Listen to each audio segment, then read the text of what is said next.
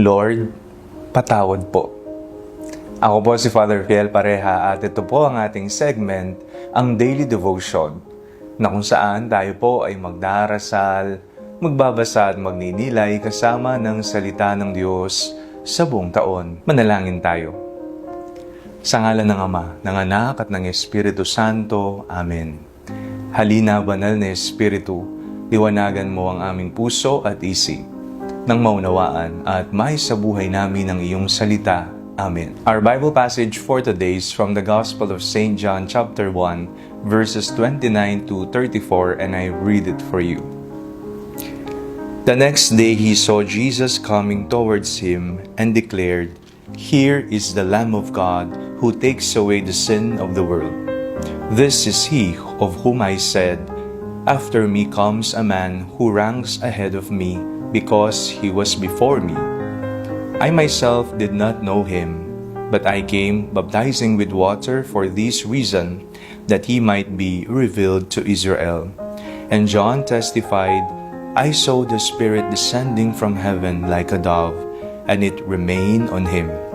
I myself did not know him, but the one who sent me to baptize with water said to me, He on whom you see the Spirit descend and remain is the one who baptizes with the Holy Spirit. And I myself have seen and have testified that this is the Son of God." Isa po siguro sa mainam na gawin natin ngayong bagong taon, bukod sa paglilista natin ng ating mga nais baguhin at nais makamit ang ating mga New Year's resolution, ay ang tingnan natin ng ating sarili. Saan tayo nagkamali last year? Ano-ano ang mga naging kahinaan natin? Saan tayo nadapa? Saan tayo kumalas sa ating relasyon sa Diyos at nagkasala sa ating kapwa?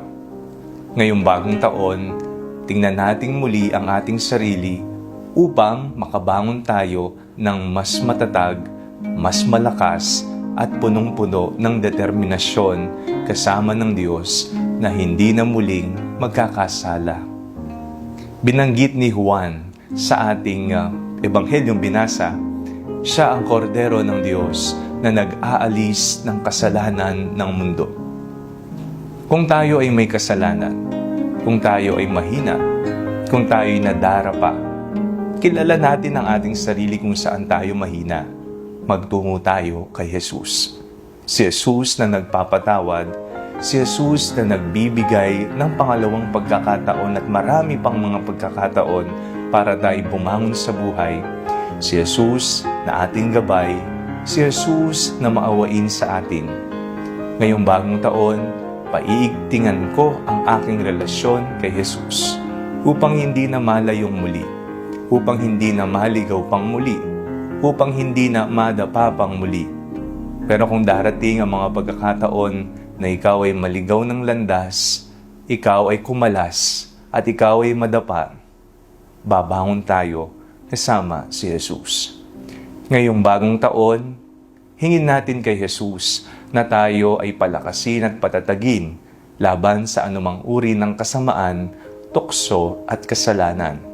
Siya nga ang kordero ng Diyos na nag-aalis ng mga kasalanan ng mundo, na mag-aalis at magpapatawad sa ating mga nagawang kasalanan. Manalangin tayo. Panginoong Jesus, Ikaw ang korderong ipinahayag ni Juan Bautista. Linisin mo kami, patawarin sa aming mga nagawang kasalanan, at kami po ay umaasang hindi na magkasalang muli. Amen.